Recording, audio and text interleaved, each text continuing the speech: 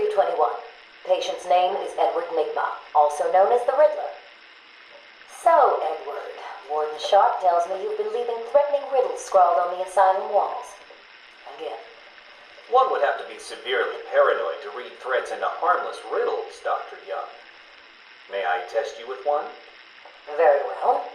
What is it that walks on 4 legs, then 2 legs, and finally 3 legs? A human being. As a baby, it crawls on 4 legs. As an adult, it walks on 2. And in later years, it uses a cane. Good try. But the answer to all 3 is a baby. True, it crawls on all 4s, but cut off its legs and it can only wiggle on 2 limbs. Give it a crutch, it can hobble around on 3. You see?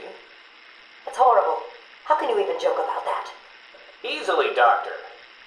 It's not my baby.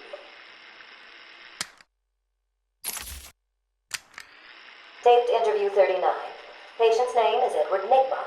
At this point in time, I've yet to decide if Mr. Nigma is a suitable candidate for the Titan process. I'd like to talk about your childhood.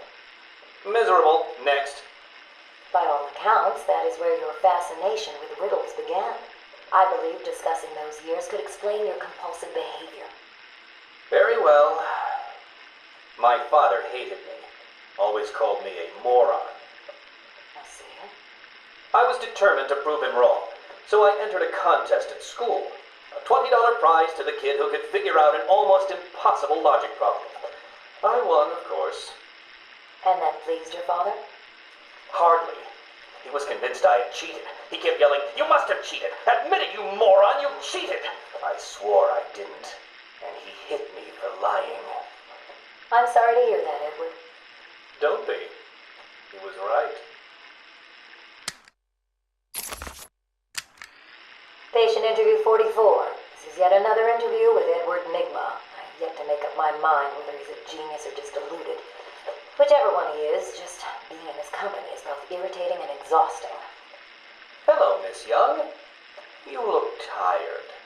Anything you need my help with? No, thank you, Edward. I am here to help you. We all are. Forgive my arrogance, Doctor, but if you think I need your help, well, you're in the right place. Let's look at it a different way. Throughout your career, you have specialized in bizarre traps and convoluted clues that more often than not result in the death of the unfortunate participants. And if the citizens of Gotham were smarter, my games would be merely an amusing diversion. Instead of death traps. You really should be thanking me. Weeding out the ignorant, the stupid, the useless. But don't worry, I'm sure you would survive. What a lovely photo on your desk, Doctor. Your family? Mother, perhaps. Put that down. Get out. Go on. Let's discuss your obsession with Batman. Hardly an obsession, Miss Young. I simply feel an obligation to expose him. You know who he is? More important, I know what he is. What do you mean? It's obvious. The mask, the weapons, the scare tactics. He's a criminal. No different than Joker, Two-Face, or myself. Most people consider him a hero. Most people are idiots. They can't see Batman for the villain he is. Riddle me this. How did he get his car and his gadgets? I don't...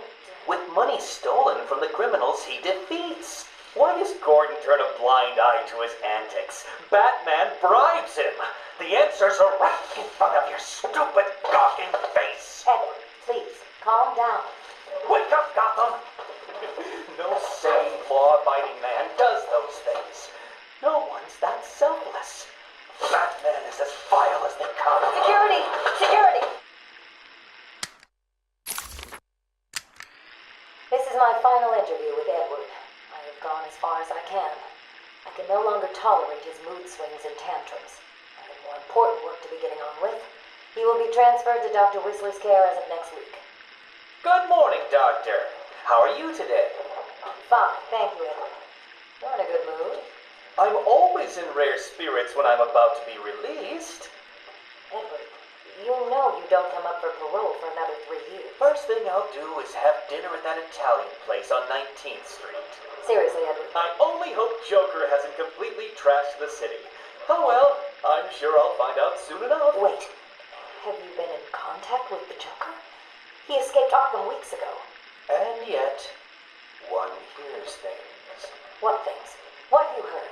Oh, something about a surprise party for Batman. I forget the rest. You know Joker. Yak, yak, yak. Edward, if you know anything, you've got to tell me. Lives could be at stake.